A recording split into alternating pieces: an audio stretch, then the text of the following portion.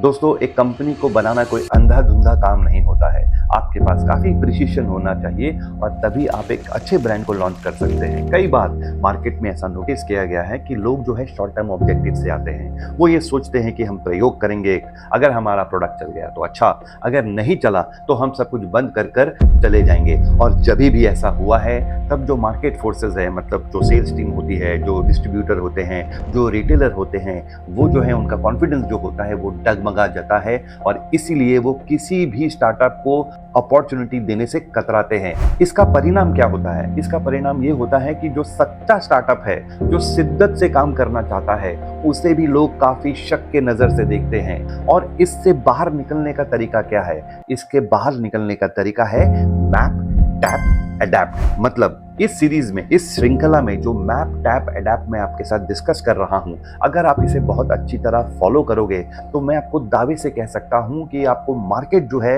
एक चांस जरूर देगा और अगर आपकी स्ट्रैटेजी सही है तो आप जरूर सक्सेसफुल होगे।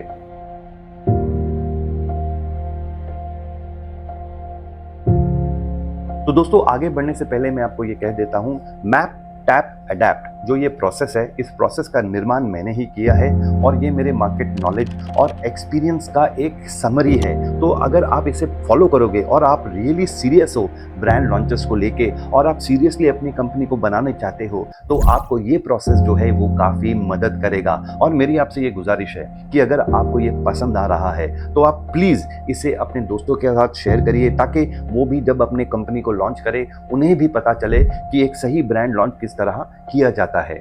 और तो और मैं आपसे ये भी बता देना चाहता हूँ कि मैं जब बहुत लोगों को मिलता रहता हूँ ना, तो मैं उनको बताते रहता हूँ कि ब्रांड किस तरह लॉन्च किए जाते हैं, लेकिन उसका कॉन्स्ट्रेंट ये होता है कि मैं 1, 2, 3, 4 लोगों को बता सकूंगा। लेकिन अगर मुझे एक बड़े ऑडियंस को बताना है, अगर मैं सच में सोसाइटी को कंट्रीब्यूट करना चाहता हूँ, तो मुझे एक जरिया लेना पड़ेगा और मेरे हिसाब से यूट्यूब से बढ़िया जरिया कोई भी नहीं है जिससे मैं अपने विचारों को आपके सामने रख सकता हूं और आपको बता सकता हूं ब्रांड लॉन्च एक सटीक तरीके से किस तरह किया जाता है। दोस्तों, आज मैं आपके साथ सेल्स हायरिंग के ऊपर चर्चा करने वाला हूं और मैं आपको ये बता देता हूं कि आपका प्रोडक्ट चाहे कितना अच्छा क्यों ना हो, आपका मार्केटिंग प्लान चाहे कितना अच्छा क्यों ना हो, जब तक आपके पास लोग नहीं होंगे तब तक आप प्रोडक्ट को कस्टमर तक पहुंचा नहीं सकते हैं। एक स्टार्टअप को जो अपनी पहली मुश्किल है वो तब सामना करना पड़ता है जब वो हायरिंग करता है।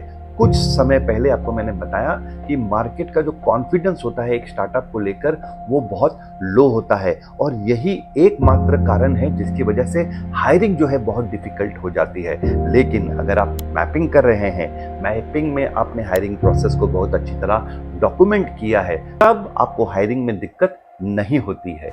अब इस चीज को और अच्छी तरह समझने के लिए मैं आपको बताता हूं कि जो पेन पॉइंट्स है, जो दर्द है, वो क्या है। पहला जो पेन पॉइंट है वो ये है कि लोगों को ऐसा लगता है कि जो सैलरीज होती हैं वो डिसओरिएंटेड होती हैं। मतलब पहले 3 महीने तक सैलरीज तो टाइम पे आ जाती है किसी भी स्टार्टअप पे, लेकिन चौथे महीने से सैलरी नहीं आती या फिर टाइम पे नहीं आती। दूसरी चीज, सैलरी का कोई फिक्स्ड डेट नहीं है। मतलब कभी सैलरी 5 तारीख को आ रही है, कभी 7 तारीख को आ रही है, कभी 10 तारीख को आ रही है।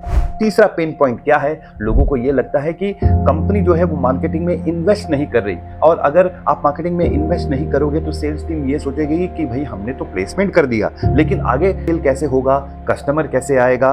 फिर एक चौथा पॉइंट आ जाता है प्रोडक्ट कंप्लेंट। मतलब कई बार ऐसा देखा गया है कि स्टार्टअप को जब भी प्रोडक्ट कंप्लेंट होता है वो कंप्लेंट को एड्रेस ही नहीं करते, जिसकी वजह से जो सेल्स का नंबर है वो आता ही नहीं। और जब सेल्स नहीं होता है तो सेल्स टीम अपने आप को क्वेश्चन पूछती है कि भाई अगर कंपनी का सेल नहीं हो रहा है तो कंपनी कब तक मुझे सैलरी देगी। अगर मैं आपको यहाँ पर रोकूं और कहूं थोड़ा मंथन कीजिए और सोचिए, जो 5-6 एपिसोड में आपको जो मैंने अभी तक बताया है वो कितना इंपॉर्टेंट है।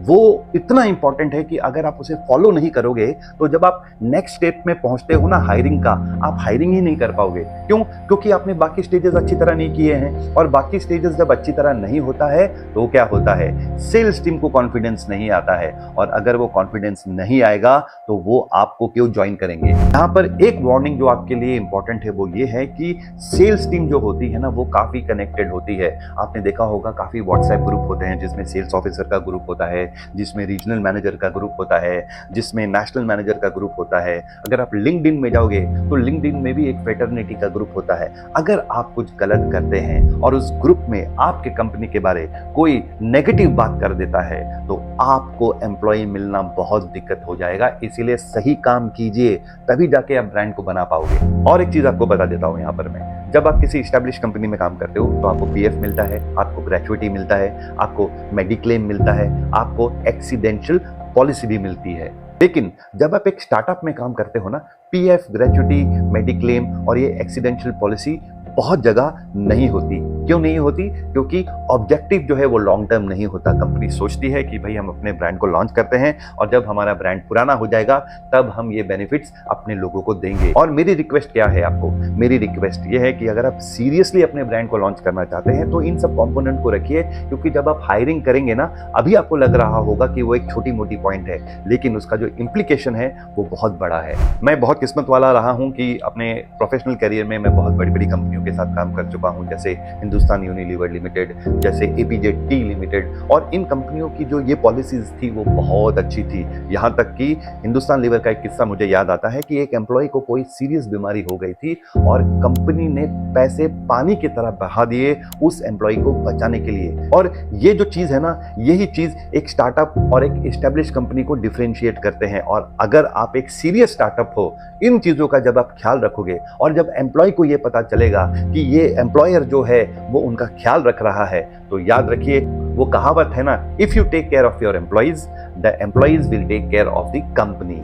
एक स्टार्टअप के लिए अच्छा एम्प्लॉय मिलना, अच्छा रिक्रूटमेंट प्रोसेस होना बहुत जरूरी है। अगर आपको अच्छे लोग मिल जाते हैं तो आप जिस अच्छे ऑब्जेक्टिव को लेकर अपने ब्रांड को लॉन्च करना चाहते हैं आपको उसमें सफलता जरूर मिलेगी। इसीलिए मैपिंग करते हुए आप अपने रिक्रूटमेंट पॉलिसी को बना लीजिए, आप सैलरी के डेट को फिक्स कर दीजिए, आप टाइम पे सैलरी दीजिए, आप सैलरी स्लिप दीजिए। और मैं आपसे ये कहूंगा कि आप एम्प्लॉय रिलीज फॉर्मेलिटी भी बना लीजिए, ताकि जब आपका एम्प्लॉय आपको छोड़ के जाए तो आपका उसके साथ रिलेशनशिप हमेशा के लिए जुड़ा रहे। क्योंकि कभी कभी ऐसा भी देखा गया है कि लोग छोड़ के जाते हैं और फिर वो वापस भी आ जाते हैं। अंत में जाते जाते मैं आपसे ये कहना चाहूंगा कि बिना एम्प्लॉय के हम किसी भी स्टार्टअप को सक्सेसफुल नहीं कर सकते। और अच्छे एम्प्लॉय की जरूरत सिर्फ आपको नहीं, इस दुनिया की हर एक कंपनी को जरूरत होती है। क्योंकि जब आपके पास अच्छे एम्प्लॉय होते हैं तब 50% काम आपका वो एम्प्लॉय ही कर देता है।